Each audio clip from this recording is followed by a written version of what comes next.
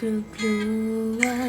ถ้าฉันพูดแล้วเธอจะหายไปก็ไม่พูดดีกว่ากลัวเธอตอบมาว่าไม่ได้คิดอะไรถ้าฉันพูดแล้วเธอไม่เหมือนเดิมก็ไม่พูดดีกว่าแอบรักแบบนี้มันก็ดีกว่าบอกว่าเสียใจ